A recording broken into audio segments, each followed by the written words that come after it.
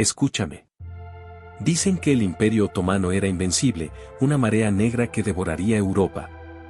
Que el terror era la única respuesta. Pero ¿y si te digo que un solo hombre, un anciano fraile, se atrevió a rugir contra esa bestia imparable? Que su voz, su fe inquebrantable, forjaron un ejército donde solo había miedo.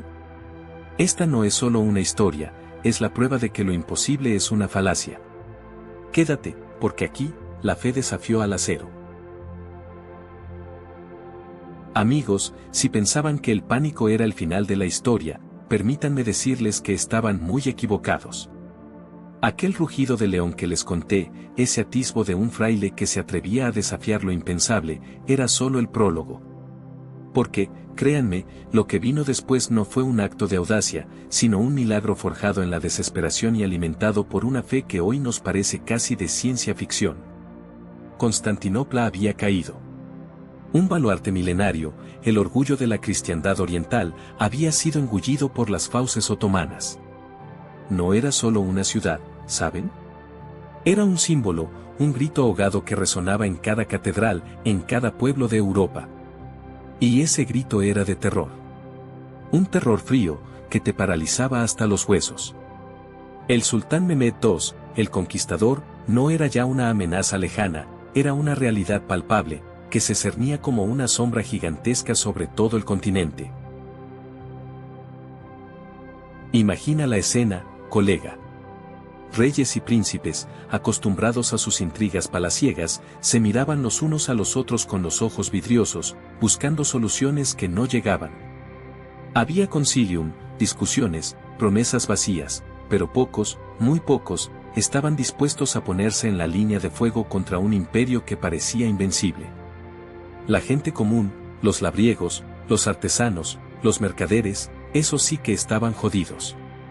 Vivían con el corazón en un puño, escuchando los rumores que venían del este, historias de ciudades arrasadas, de poblaciones masacradas, de jóvenes arrastrados a la esclavitud. Era la desesperación encarnada, el fin de los tiempos para muchos. Y en ese caldo de cultivo de miedo y resignación, de repente, emerge un anciano. Un fraile franciscano, de una orden mendicante, No un general con armadura reluciente, no un noble con ejércitos a su disposición. No, Señor. Un hombre de Dios. Pero un hombre de Dios con una boca que echaba fuego y una fe que era capaz de mover montañas, o, en este caso, de levantar un ejército de la nada. Este hombre, este San Juan de Capistrano, no era un novato. No era un idealista ingenuo que acababa de salir del convento. Había vivido. Había luchado, aunque sus armas no fueran de acero. Antes de vestir los hábitos franciscanos, había sido un abogado brillante, un letrado de los buenos, un gobernador de Perugia. Conoció el poder terrenal, la intriga de los hombres, la injusticia de la ley. Pero una experiencia cercana a la muerte lo cambió todo. Una conversión profunda, dramática. Renunció a la vida mundana, a las riquezas, al estatus, y se entregó a Dios con la misma pasión, la misma vehemencia que antes ponía en sus casos judiciales. Se hizo fraile, sí, pero no de los que se esconden en la contemplación silenciosa. ¿Qué va? Era un predicador, un inquisidor, un reformador. Había recorrido Europa durante décadas, defendiendo la ortodoxia católica contra herejías, combatiendo la corrupción moral, uniendo facciones. Tenía una reputación. Una reputación de ser incorruptible, de ser un orador formidable, un hombre que, dicen las crónicas, obraba milagros. Su fama de santidad, de ascetismo extremo, de ayunos rigurosos, le precedía. Era una figura legendaria, el apóstol de Europa, un veterano de 100 batallas espirituales. Así que, cuando el Papa Calixto III, que se había propuesto frenar el avance otomano a toda costa, lanzó su desesperada llamada a la cruzada, ¿a quién creen que acudió? A los reyes, sí, con sus promesas huecas. Pero sobre todo, acudió a un puñado de hombres de fe, y Capistrano era el primero de la lista. Juan, le dijo el Papa, o algo por el estilo, necesitamos un milagro. Necesitamos que la gente se levante. Y tú eres el único que puede hacerlo. Y nuestro fraile, que ya era un anciano de 70 años, un hombre consumido por la vida de penitencia y la predicación incansable, un cuerpo frágil que albergaba una voluntad de hierro, aceptó el desafío. No dudó ni un segundo. Sabía que se enfrentaba a la misión más difícil de su vida, una que muchos considerarían una locura suicida. ¿Levantar un ejército contra los turcos invencibles? ¿Y con qué? ¿Con sermones? Pues sí. Con sermones. Con la pura fuerza de la palabra. Y entonces, amigos, comienza la verdadera gesta. Imaginen a este hombre. Flaco, con la barba blanca, los ojos encendidos por una pasión que parecía sobrenatural. Recorre Europa, de ciudad en ciudad, de aldea en aldea. No hay caballos para él. Camina. Predica al aire libre, en las plazas, desde los púlpitos de las iglesias abarrotadas. Su voz, dicen, era potente, capaz de llegar a miles de personas sin necesidad de micrófonos. Y su mensaje era directo, sin rodeos, visceral. Les hablaba del infierno, del juicio final, de la amenaza a sus almas, a sus familias, a su fe. Pero también les hablaba de esperanza, de la redención, de la gloria eterna para aquellos que se atrevieran a empuñar la cruz, aunque fuera un palo con un trapo. No usaba latín, no. Él les hablaba en su idioma, en el dialecto de la gente, con ejemplos cotidianos que les llegaban al alma. ¿Creéis que podéis seguir con vuestras vidas mientras el lobo llama a la puerta? Les espetaba. ¿Creéis que Dios os perdonará vuestra cobardía, vuestra inacción, mientras vuestros hermanos son esclavizados y vuestros templos profanados? Y la gente respondía. Vaya si respondía. Las multitudes se agolpaban para escucharlo. Había un magnetismo en él, una autoridad que no venía de un título, sino de una convicción inquebrantable. Se decía que su sola presencia, su aura de santidad, era suficiente para conmover a los más escépticos. Sus sermones no eran meras lecciones teológicas, eran experiencias catárticas, gritos de guerra espirituales. Recorrió Alemania, Austria, Hungría, Polonia. Los príncipes y nobles, que al principio lo miraban con una mezcla de respeto y escepticismo, pronto tuvieron que rendirse ante la evidencia: Capistrano estaba haciendo lo que ellos no podían. Estaba moviendo a la gente. Gente que no era soldada, gente que no había visto una batalla en su vida. Gente pobre, desesperada, harta de vivir con el miedo. Les prometían no riquezas, no tierras, sino el perdón de los pecados, la indulgencia plenaria, un pasaje directo al cielo si morían en la lucha contra el infiel. Y esto, en una época de profunda fe y de un terror existencial muy real, era un incentivo más poderoso que cualquier botín. Las historias de sus milagros corrían como la pólvora. Se decía que curaba a los enfermos, que hacía llover en tiempos de sequía, que espantaba demonios. Fuesen verdad o leyenda, estas historias magnificaban su carisma, lo elevaban a la categoría de profeta, de enviado divino. La gente no solo lo escuchaba, lo reverenciaba.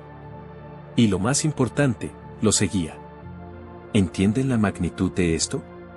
En un tiempo donde la Europa fragmentada estaba más preocupada por sus guerras internas, sus rencillas políticas y sus intereses económicos, este hombre, armado solo con su fe y su voz, consiguió encender una chispa. Una chispa que se convirtió en un fuego incontrolable. ¿Quiénes eran estos cruzados de la cruz o capestranos como se les llegó a conocer? Eran de todo un poco, menos lo que esperarías de un ejército. Eran campesinos con sus aperos de labranza, jóvenes estudiantes de teología que dejaban los libros por la espada, o lo que tuvieran a mano, artesanos que cambiaban el martillo por un escudo improvisado, e incluso mujeres que, con la misma convicción, se unían a la causa, a veces para acompañar a sus maridos, a veces para defender su propia fe.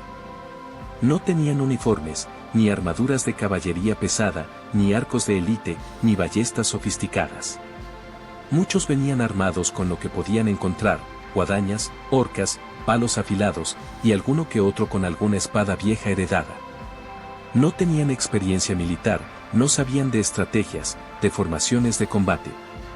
Eran una masa heterogénea, movida por un fervor religioso que rayaba en el fanatismo. Los nobles y los generales más sensatos se reían o se desesperaban.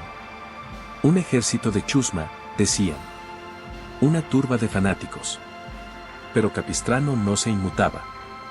Él veía en ellos no una chusma, sino el verdadero pueblo de Dios, levantándose contra la tiranía. Y aquí es donde entra el otro gran héroe de nuestra historia, el hombre que daría forma militar a esta marea humana, János Hunyadi. Hunyadi era una leyenda por derecho propio. El atleta de Cristo, un noble húngaro, un señor de la guerra con décadas de experiencia combatiendo a los otomanos. Había ganado y perdido batallas, había sufrido derrotas devastadoras, pero siempre se había levantado. Era un estratega brillante, un líder nato, un militar de pies a cabeza. Pero incluso él, con toda su experiencia y su coraje, se encontraba en una situación desesperada. Sus propios recursos eran limitados. Los reyes europeos no le enviaban la ayuda prometida. Estaba solo, o casi solo, enfrentándose a la máquina de guerra otomana. Cuando Capistrano y Hunyadi se encontraron, fue el choque, y la unión, de dos mundos. Hunyadi, el pragmático militar, el hombre de acero. Capistrano, el místico, el hombre de fe inquebrantable. Se necesitaban mutuamente. Hunyadi aportaría la disciplina, la táctica, el liderazgo en el campo de batalla. Capistrano aportaría la motivación, la moral, la legitimidad divina y, sobre todo, la masa de hombres que Hunyadi desesperadamente necesitaba. Era una alianza impensable, pero providencial. El fraile se encargaría de transformar a esos campesinos en algo más que una multitud. Les infundiría una disciplina espiritual, una cohesión basada en la fe. Les enseñaría a marchar juntos, a rezar juntos, a cantar juntos. No era una tarea fácil, ¿eh? Había escepticismo, murmuraciones. ¿Cómo iba este viejo fraile a comandar tropas? Pero Capistrano no iba a comandar tropas en el sentido tradicional. Su batalla era la del espíritu. Se dedicó a organizar a estas tropas de una manera única. Bajo su dirección, se crearon grupos, se nombraron capitanes elegidos por su piedad y su capacidad de inspirar. No había grados militares, ni salarios. Solo la promesa divina. Marchaban bajo estandartes sencillos, con la cruz en alto, cantando salmos y letanías, llevando la fe como su principal armadura. Capistrano, a menudo, marchaba delante de ellos, crucifijo en mano, sus palabras resonando en el aire. Imaginen el espectáculo, miles de personas, sin el brillo de los caballeros, sin la precisión de los mercenarios profesionales, pero con un fuego en los ojos que solo la fe más profunda puede encender. Se dirigían hacia el Danubio, hacia el bastión de Belgrado, que ya estaba siendo cercado por el vasto ejército otomano de Mehmed. Un ejército enorme, disciplinado, equipado con la artillería más avanzada de la época. Frente a ellos, esta marea de cruzados de la cruz, liderada por un general experimentado y un fraile anciano. No tenían logística. Las provisiones eran escasas. La disciplina era precaria. Pero tenían a Capistrano. Y él, con su incansable prédica, con sus exhortaciones diarias, con su ejemplo de piedad y austeridad, mantenía alta la moral. Les recordaba constantemente por qué estaban allí, no por tierras, no por oro, sino por Dios, por sus familias, por la supervivencia de la cristiandad. Convertía cada dificultad del camino en una prueba de fe, cada penuria en una oportunidad para la penitencia. Y así, esa masa de hombres y mujeres, que al principio era poco más que una turba desorganizada, empezó a adquirir una identidad, un propósito común. Empezaron a verse a sí mismos no como víctimas, sino como instrumentos de la voluntad divina. Empezaron a creer que lo imposible era posible. Que un puñado de valientes, armados con fe y guadañas, podía enfrentarse al imperio más poderoso de su tiempo. La desesperación se había transformado en una resolución férrea, y la fe, en un arma formidable. Se estaba gestando algo grande, algo que la historia no olvidaría. Y todo, amigos, gracias a la voz inquebrantable de un anciano fraile. Se estaban dirigiendo hacia el abismo, pero no con miedo, sino con un cántico de guerra en los labios y la cruz por bandera. Lo que les esperaba en Belgrado, eso ya es otra historia. Una historia donde esa fe se convertiría en acero. Mira, te lo juro, llegar a Belgrado fue como asomarse al mismo infierno. Después de semanas de marcha, con los pies desollados y el alma en un hilo, arrastrándonos por esos caminos polvorientos, nuestra cruzada, esa mezcla extraña de campesinos fervorosos, estudiantes idealistas, mercenarios arrepentidos y unos pocos nobles con más fe que fortuna, por fin, oteó el horizonte. Y lo que vimos, ay, Dios mío, lo que vimos nos dejó mudos, con el corazón apretado como un puño de hierro. Belgrado. No era la ciudad que imaginábamos, no era el bastión inexpugnable de las canciones. Era una herida abierta, un nido de ratas bajo el asedio más brutal que la cristiandad había conocido en años. Las murallas, sí, eran imponentes, cicatrizadas por innumerables batallas, pero ahora lucían parcheadas, desmoronándose en algunos puntos por los impactos constantes.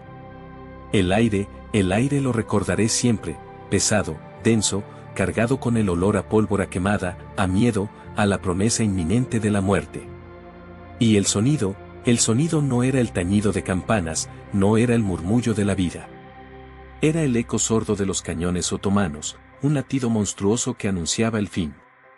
Cada explosión, cada impacto en las torres, se sentía como un golpe directo en nuestras propias entrañas. Y luego, lo peor. El campamento turco. Madre mía, la magnitud de aquello. No era un campamento, era una ciudad entera, una marea oscura que se extendía hasta donde alcanzaba la vista, más grande que Belgrado misma. Tiendas y más tiendas, miles, millones quizás, con sus estandartes orgullosos, sus banderas del sultán Mehmed II ondeando desafiantes. Las hogueras, miles de ellas, danzaban en la penumbra como ojos malignos, una constelación terrestre que nos rodeaba por completo. Se veían las siluetas de los jenízaros, esa élite militar otomana temida en todo el mundo, sus armaduras brillando con una frialdad metálica incluso a esa distancia. Se escuchaban los tambores, los gritos de sus oraciones, el clamor de un ejército que no solo era numeroso, sino que estaba convencido de su propia invencibilidad. Te juro que en ese momento, por un instante fugaz, el fervor de nuestra fe se sintió como una vela a punto de apagarse ante un huracán. ¿Qué demonios íbamos a hacer nosotros, un puñado de desesperados, contra semejante monstruo? La boca se me secó. El aliento se me cortó. Era como si el mismo cielo nos hubiese abandonado a nuestro destino. Pero claro, ahí estaba él. San Juan de Capistrano. El anciano fraile, nuestro líder improbable. Ni siquiera cuando sus ojos cansados, pero extrañamente brillantes, se posaron en la vasta extensión del campamento otomano, vi un ápice de duda en él. Al contrario. Se irguió, más alto de lo que su frágil figura permitía, y una chispa, una llama santa, se encendió en su mirada. No era miedo. Era otra cosa. Era la determinación inquebrantable de alguien que sabía que no había vuelta atrás, que este era el momento, el lugar donde el destino de Europa se jugaba a una carta.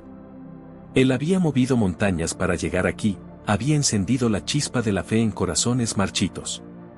¿Iba a dejar que todo se desmoronara ahora? Ni hablar. Entramos en Belgrado no como héroes triunfantes, sino como almas agotadas que buscaban refugio, pero nuestra llegada, por extraña que pareciera, inyectó una especie de shock eléctrico en la ciudad.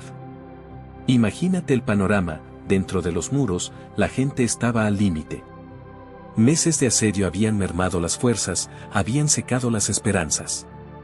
Los soldados del barón Hunyadi, el formidable general húngaro que defendía la fortaleza, estaban exhaustos, pero eran de acero, guerreros curtidos que habían visto de todo.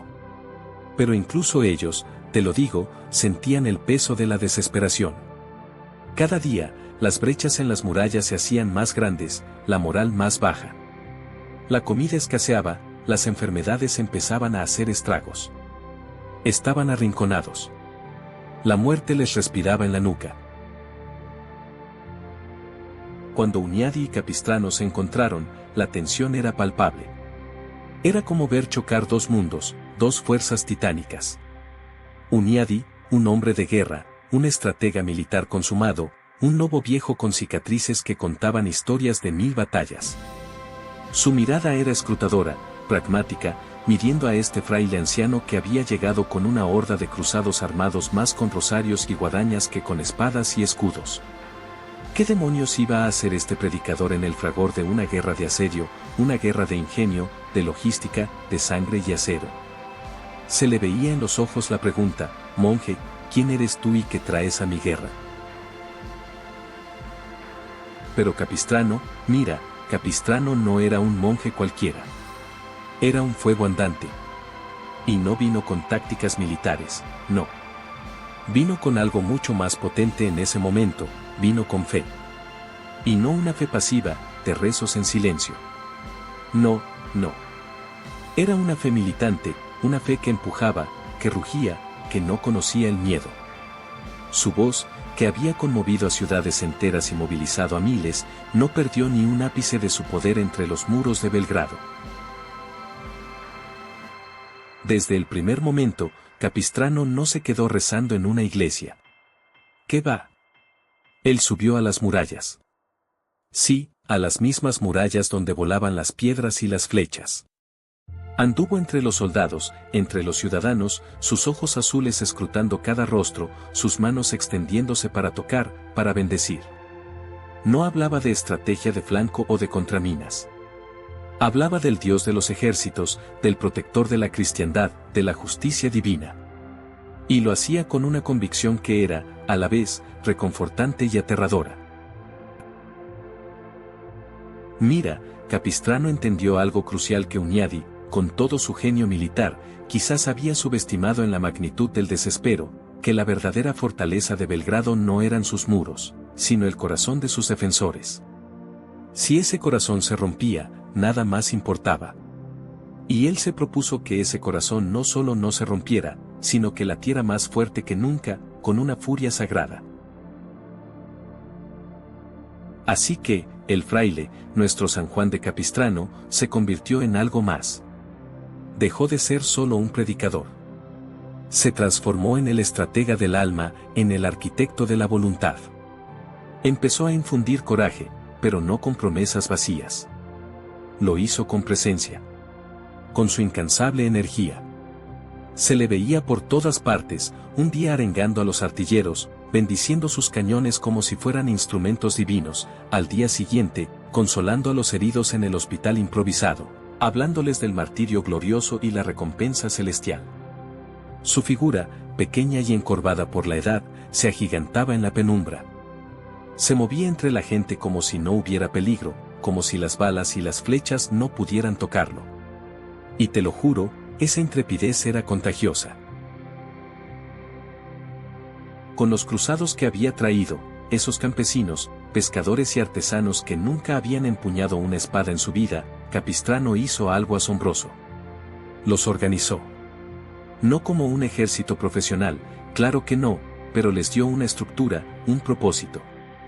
Les asignó tareas, los dividió en grupos, les enseñó a manejar las rudimentarias armas que tenían, guadañas, mazos, hachas de trabajo, no solo como herramientas de labor, sino como instrumentos de defensa de la fe.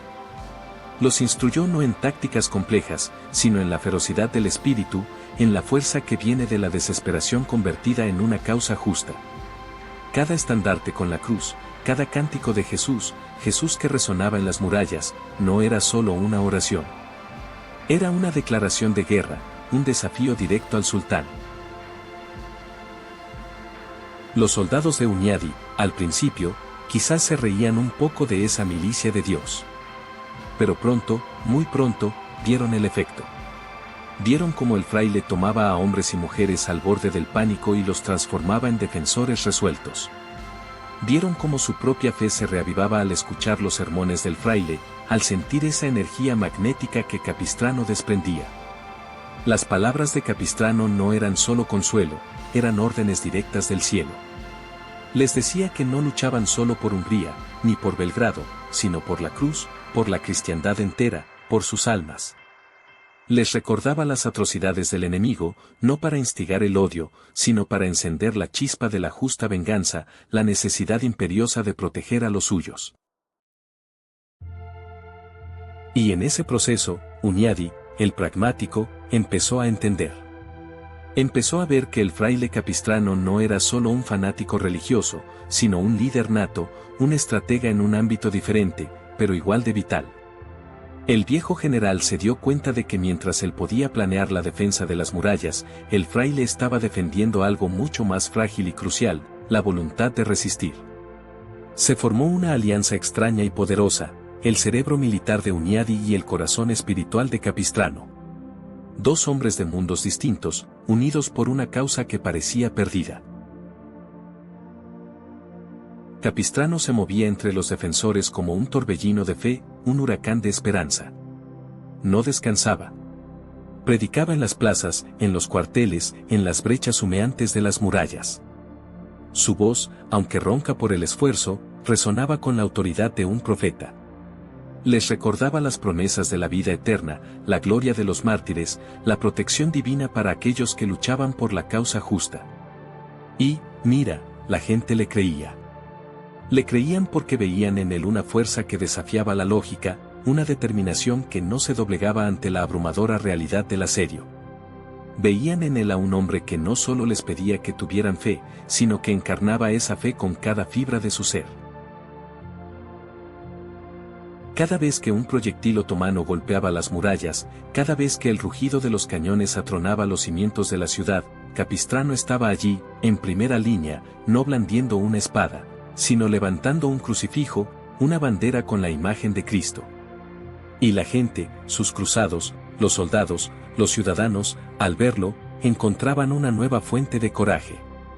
La fe se estaba convirtiendo en acero, no solo en sus corazones, sino en la manera en que esos hombres y mujeres, aterrados y exhaustos, ahora se preparaban para defender cada pulgada de esa fortaleza. Te juro que la transformación fue casi un milagro en sí mismo. Aquella masa de desesperados, de agotados, de temerosos, empezó a endurecerse. Sus miradas ya no eran solo de miedo, había una chispa de desafío, de furia santa. El clamor de Jesús ya no era solo un rezo, era un grito de guerra que empezaba a rivalizar con el estruendo otomano. Capistrano había logrado infundir en ellos la convicción de que no estaban solos, de que una fuerza superior estaba de su lado. Que esta no era solo una batalla por un castillo, sino una lucha cósmica entre el bien y el mal. Y ellos, los defensores de Belgrado, eran la última línea. Los días pasaron volando, llenos de un trabajo febril, de reparaciones, de oraciones, de la preparación para lo inevitable. Se escuchaba el silbido de las flechas, el estruendo de los morteros, el incesante tamborileo de los turcos que se acercaban. El ambiente se electrificó. Era la calma antes de la tormenta, sí, pero una calma cargada de un propósito renovado. La moral dentro de Belgrado, que había estado a punto de colapsar, se había levantado de sus cenizas, fortalecida no por la cantidad de soldados, sino por la inquebrantable fe que un fraile anciano había inyectado en cada alma. Belgrado estaba sitiada, sí, pero ya no estaba quebrada. Y Capistrano, el anciano predicador, había sido el artífice de ese milagro. La fe se había convertido en el más poderoso de los aceros, forjando el espíritu de una ciudad y de un ejército para lo que estaba por venir.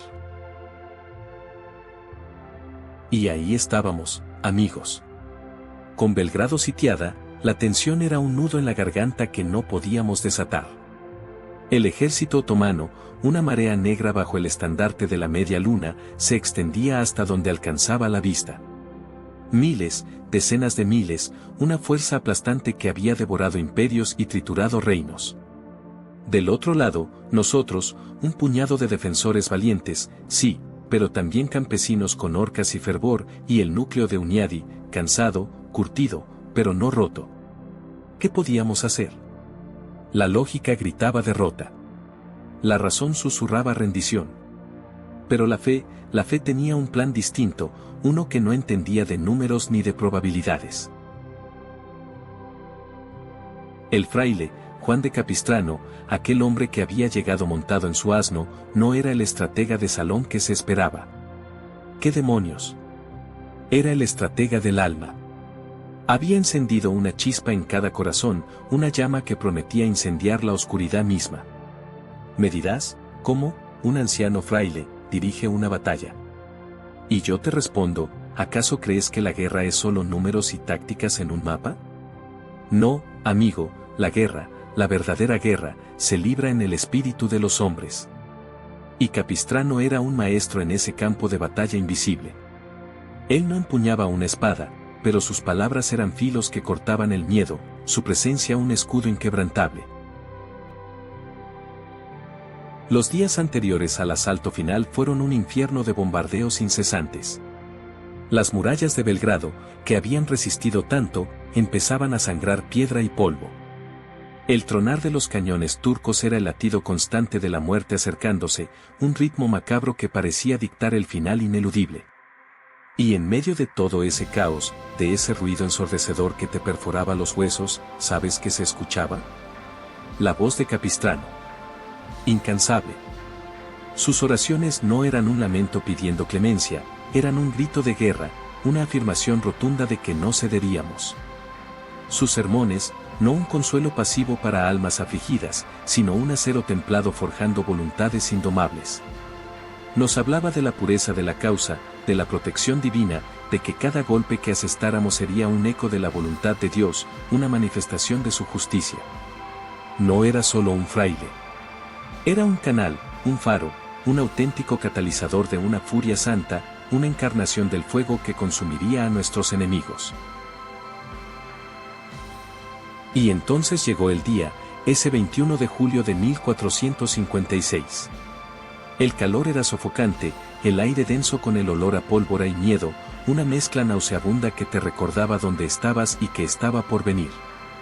El sultán Mehmed II, el conquistador de Constantinopla, el tipo que había demostrado al mundo que lo imposible era solo una palabra inventada por los débiles, lanzó su ataque final. Una avalancha humana. Los genízaros, la élite del ejército otomano, guerreros implacables, verdaderas máquinas de matar, se abalanzaron sobre las brechas que sus cañones habían abierto en nuestras defensas. Imagina esto, porque tienes que sentirlo en tu propia piel, hordas de hombres gritando en turco, con sus cimitarras relucientes al sol, yendo directos a tu garganta, con la única intención de arrancarte la vida. El miedo, te lo aseguro, es un sabor amargo que te llena la boca en esos momentos, un nudo frío en el estómago que amenaza con paralizarte. Pero aquí viene la parte que te dejará helado, la que te hará cuestionar todo lo que crees saber sobre la guerra y la fe.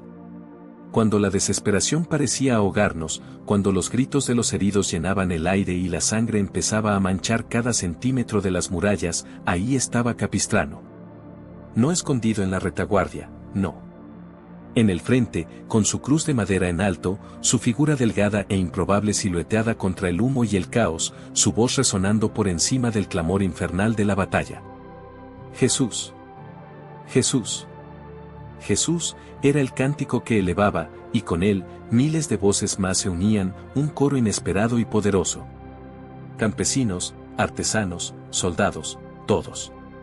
No eran gritos de pánico, sino una letanía poderosa, un mantra de resistencia, un rugido colectivo que venía desde lo más profundo de su ser.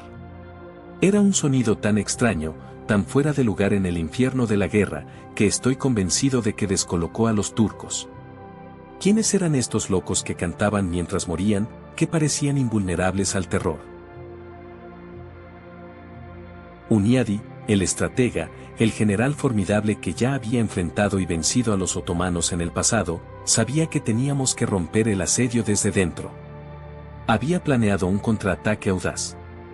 Mientras los genízaros se concentraban en las brechas principales de las murallas, él lanzó un asalto fluvial sorpresa con sus barcos para intentar destruir la flota turca y cortar sus líneas de suministro.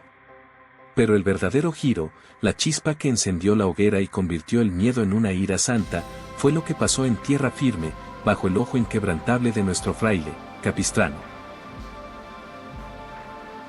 Capistrano, junto con Hunyadi, había organizado a los cruzados campesinos, a esos voluntarios que apenas sabían empuñar una lanza, y mucho menos un escudo. No eran soldados profesionales, ni de lejos.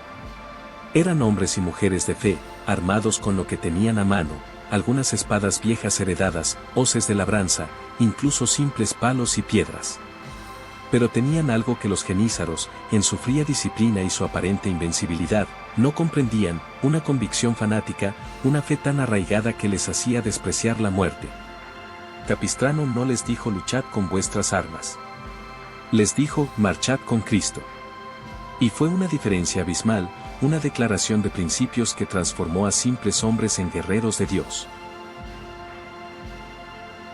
El fraile, desafiando toda lógica militar, toda estrategia convencional, llevó a sus cruzados directamente hacia las trincheras turcas. No esperó a ser atacado, a aguantar a la defensiva. Fue él quien, de alguna forma inexplicable para la razón, instigó el contraataque popular. Mientras los defensores de las murallas aguantaban a duras penas el embate, Capistrano lideró una masa de hombres y mujeres, en su mayoría desarmados o mal armados, fuera de las defensas fortificadas. ¿Te imaginas la escena? Un fraile octogenario, con su estandarte de la cruz en alto, abriéndose paso entre el fuego enemigo, mientras a su espalda una turba de gente, con los ojos inyectados en sangre y una furia divina que les desfiguraba el rostro, le seguía como un torrente desbocado, una luz imparable que se negaba a respetar las reglas de la guerra.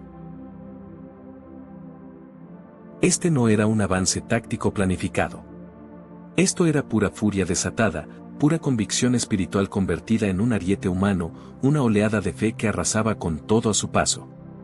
Los turcos, acostumbrados a la disciplina de los ejércitos europeos, a sus formaciones estructuradas, a sus movimientos predecibles, ¿cómo iban a entender a estos tipos? Eran un caos, sí, pero un caos cargado de una energía imparable, una fuerza bruta que no obedecía a ninguna lógica militar conocida. La orden de Capistrano era sencilla, visceral, directa al alma: si no podéis luchar con la espada, luchad con la fe. Gritad el nombre de Jesús. Y lo hicieron. El eco de Jesús.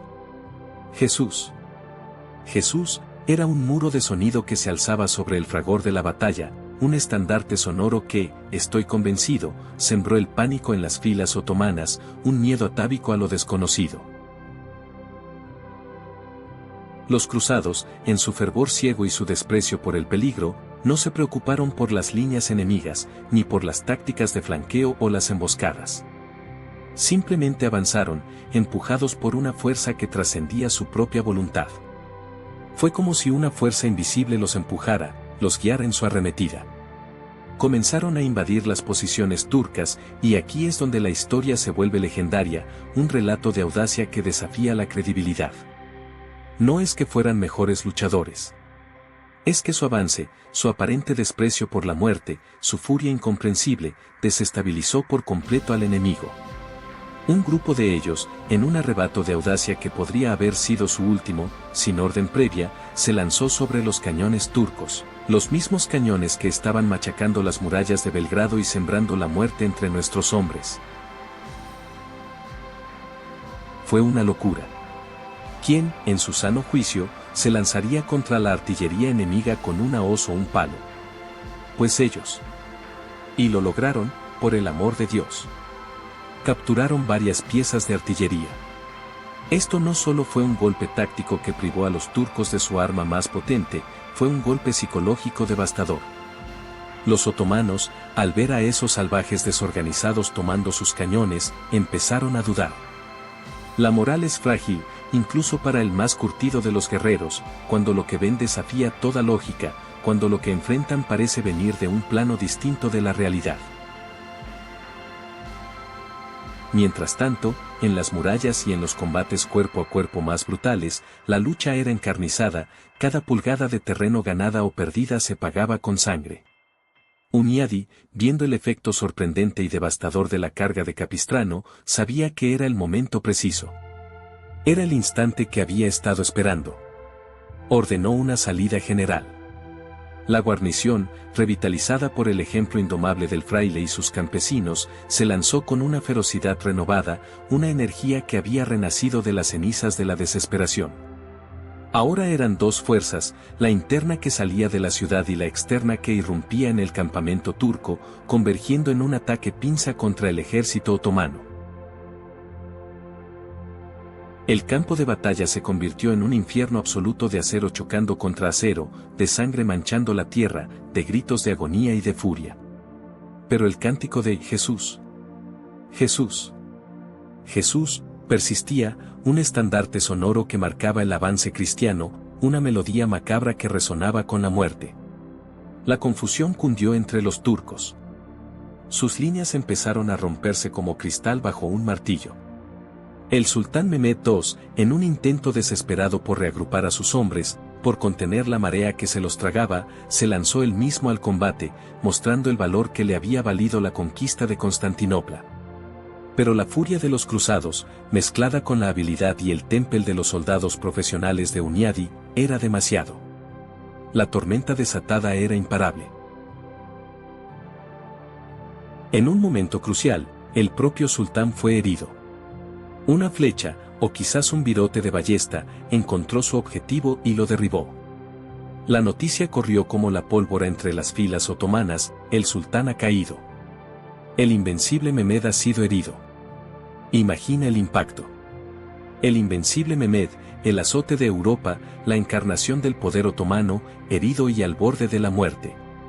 La moral se desplomó como un castillo de naipes. Lo que había sido un asedio imponente, un despliegue de poder absoluto y confianza, se transformó en una desbandada caótica, una huida despavorida.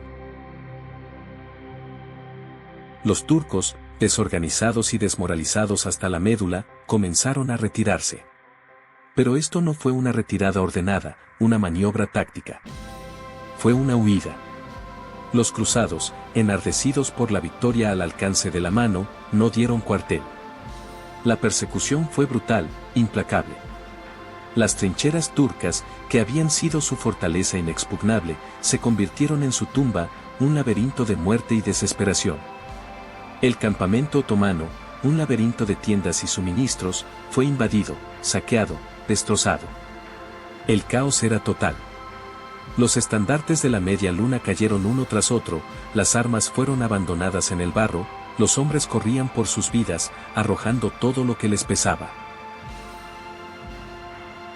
Capistrano, con su cruz en alto, seguía en el centro de la acción, su figura, a pesar de su edad y su aparente fragilidad, irradiando una energía sobrenatural, una luz que guiaba la masacre. No sé si fue un milagro divino, si la furia de Dios se manifestó a través de sus hombres, o si simplemente el fervor religioso llevado al extremo fue un arma más poderosa que cualquier cañón o cualquier espada. Lo que sí sé es que la batalla de Belgrado se transformó, en cuestión de horas, de una inminente derrota en una victoria aplastante, una de las más inesperadas y gloriosas de la historia. La magnitud de la victoria fue asombrosa. Miles de turcos muertos, heridos o capturados. El armamento y los suministros otomanos, que habían sido amontonados para un asedio prolongado y sin piedad, cayeron en manos de los defensores, una provisión bendita en medio de la desolación. El sultán Mehmed II, humillado, herido y con su ejército en ruinas, tuvo que escapar con lo que le quedaba de sus hombres, la cola entre las patas. Su aura de invencibilidad, esa leyenda de que era el conquistador invicto, se había roto en las murallas de Belgrado, pulverizada por la fe de un fraile y la audacia de un pueblo desesperado. Y fue el fraile, aquel que muchos habían despreciado como un simple predicador, como un anciano inofensivo, el que había encendido la chispa de esta hazaña épica. Su liderazgo no fue estratégico en el sentido militar clásico, no al menos como lo entendemos hoy. Fue un liderazgo espiritual, emocional, que movilizó a la gente común a hacer cosas extraordinarias, a trascender sus límites humanos. Él fue el que convirtió el miedo en coraje, la desesperación en determinación, la fe en un arma letal, en un ariete que derribó la arrogancia del Imperio Otomano. Su presencia era un talismán, su voz una trompeta de guerra que galvanizaba a los ejércitos. Piénsalo por un segundo, y deja que la imagen se grabe en tu mente. Un puñado de defensores, reforzado por una turba de campesinos armados con fervor y poco más que sus rezos, enfrentando al ejército más poderoso del mundo, liderado por el conquistador de Constantinopla. ¿Y ganan? ¿Destrozan al enemigo y lo obligan a huir en desbandada? Esto, amigos, no se enseña en las academias militares, no se puede aprender en los libros de táctica.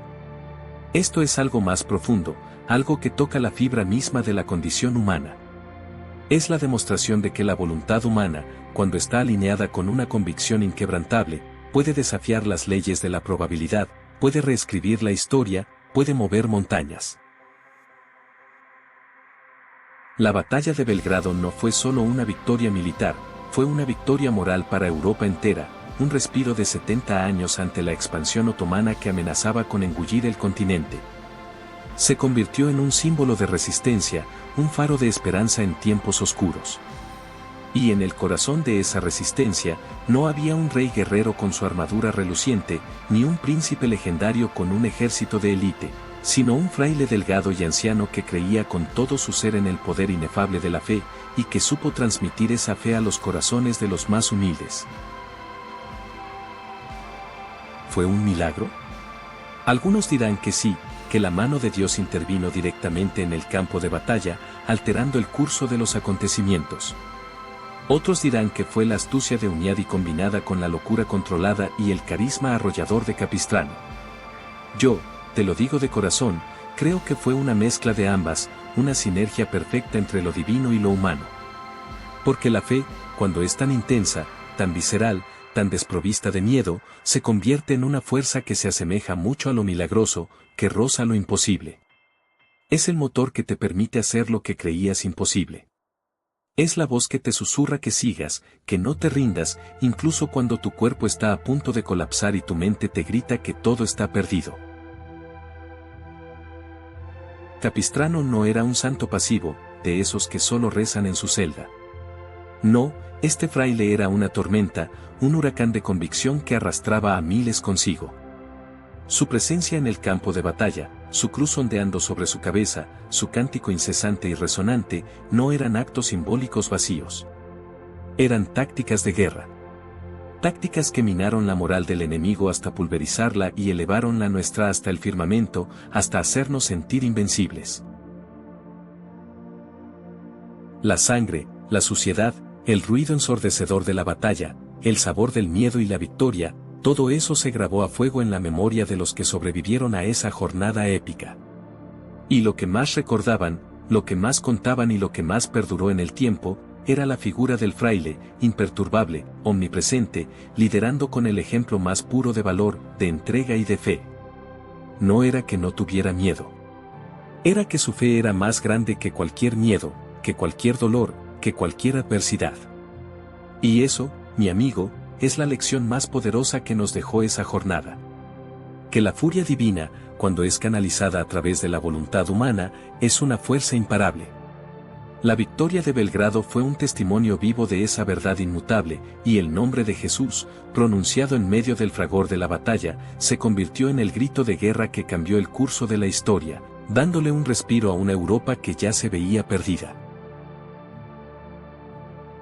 Y así, amigos, la vida de San Juan de Capistrano nos grita una verdad visceral, la fe inquebrantable y el coraje puro pueden voltear el destino. Este fraile demostró que el espíritu humano es imparable, capaz de forjar milagros donde solo había desesperación. Su legado arde como un faro de esperanza eterna. Ahora, ¿qué gigante enfrentas tú? Comparte tu lucha en los comentarios. Suscríbete para no perderte más relatos épicos. La próxima vez, desenterraremos los secretos de Vlad el Empalador.